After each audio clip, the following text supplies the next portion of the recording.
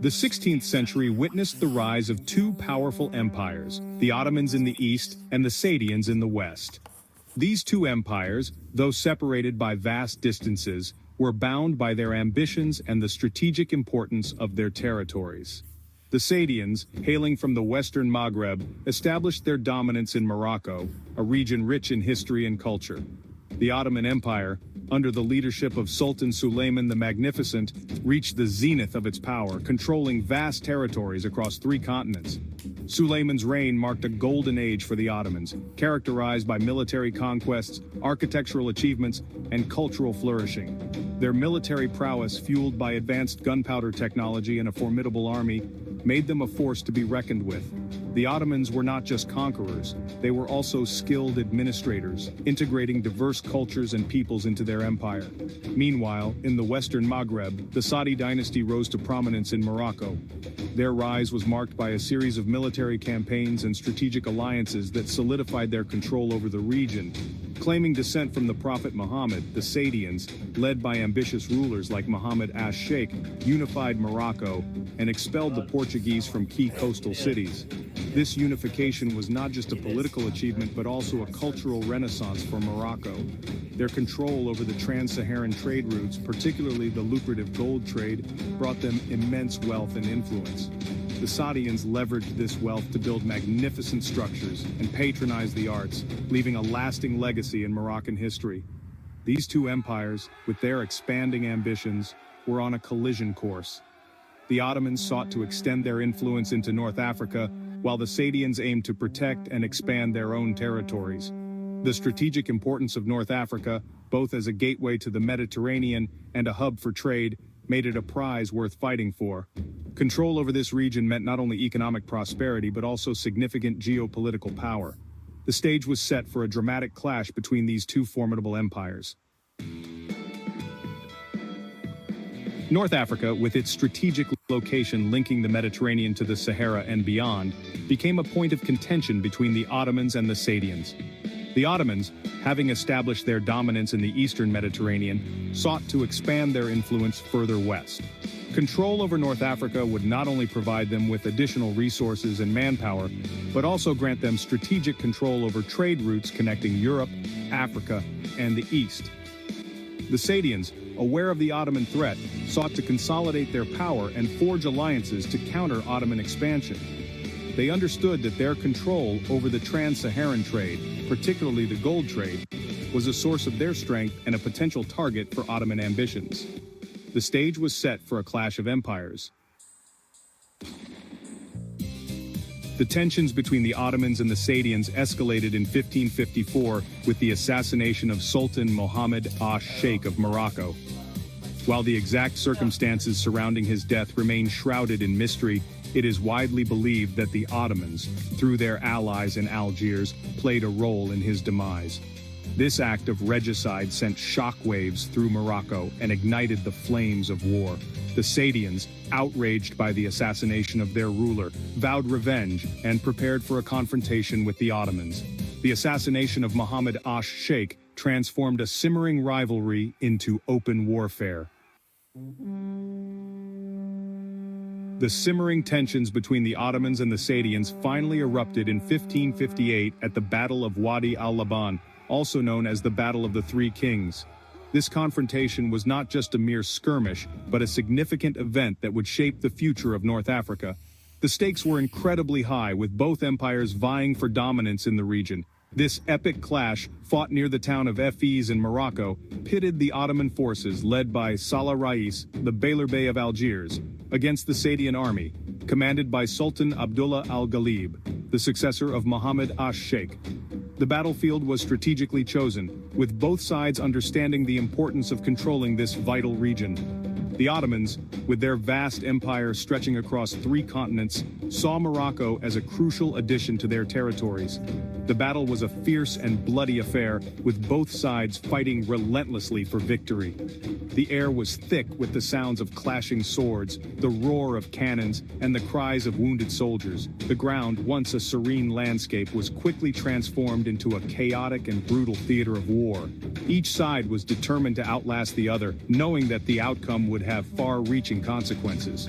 The Ottomans, with their superior numbers and artillery, initially gained the upper hand. Their well-trained soldiers and advanced weaponry gave them a significant advantage.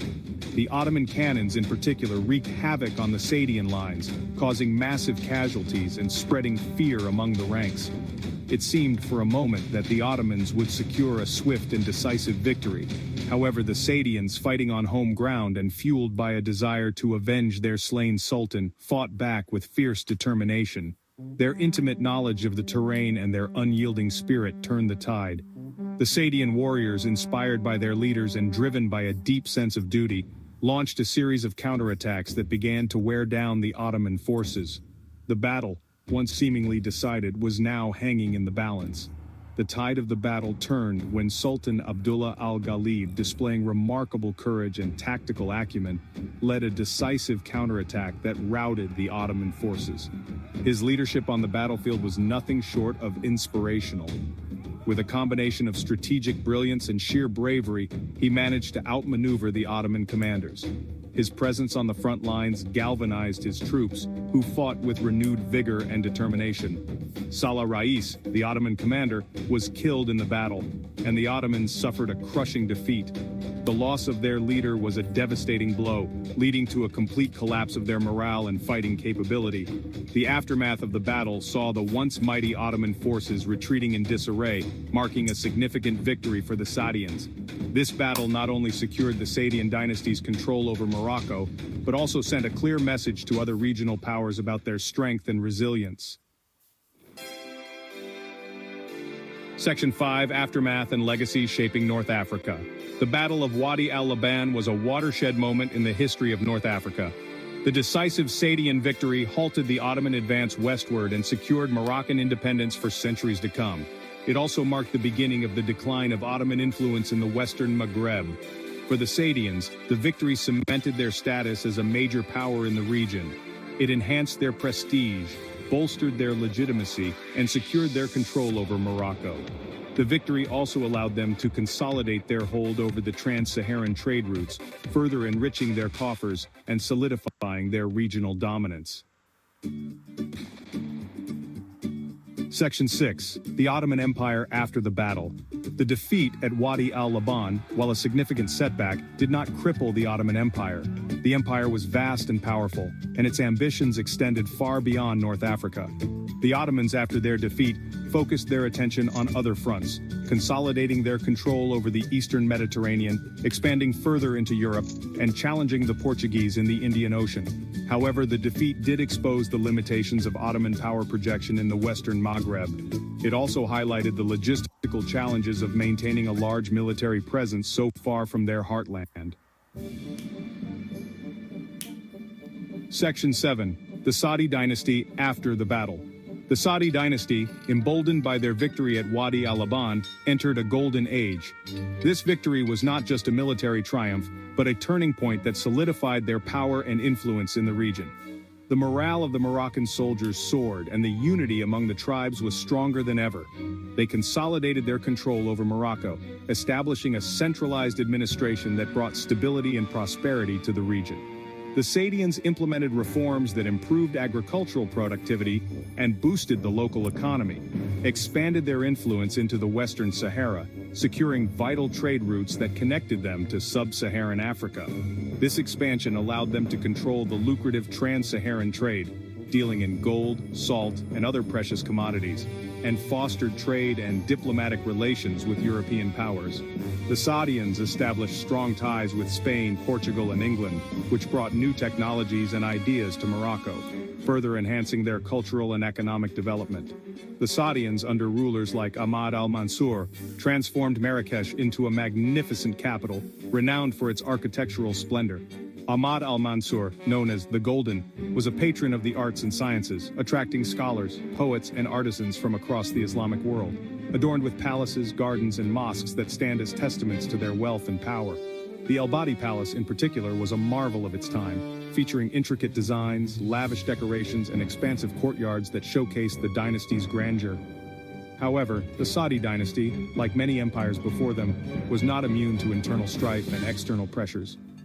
Court intrigues and power struggles among the nobility began to erode the unity that had once been their strength. Following the death of Ahmad al-Mansur in 1603, the dynasty faced a leadership vacuum. His successors lacked his vision and capability, leading to a gradual weakening of central authority. The dynasty plunged into a period of decline, characterized by political chaos and economic hardship. The once thriving trade routes became battlegrounds, and the stability that had been achieved began to crumble. Marked by succession disputes and internal rebellions as various factions vied for control, the infighting weakened the dynasty's ability to defend against external threats, further exacerbating their decline, which ultimately paved the way for their demise and the rise of a new dynasty, the Alawites, in the mid-17th century. The Alawites capitalized on the Saadians' weaknesses, establishing a new era of rule that would shape the future of Morocco. Section 8, Conclusion, Echoes of Wadi al-Laban. The Ottoman-Moroccan conflict of the 16th century, culminating in the epic Battle of Wadi al-Laban, was a clash of empires that shaped the destiny of North Africa. The battle, a testament to the strategic importance of the region, had far-reaching consequences, halting Ottoman expansion westward, securing Moroccan independence, and influencing the course of history for centuries to come. The echoes of Wadi al-Laban can still be felt today in the political geography of North Africa, in the cultural landscape of Morocco, and in the collective memory of its people. The battle serves as a reminder of the enduring legacy of empires, the ebb and flow of power, and the enduring human spirit in the face of adversity.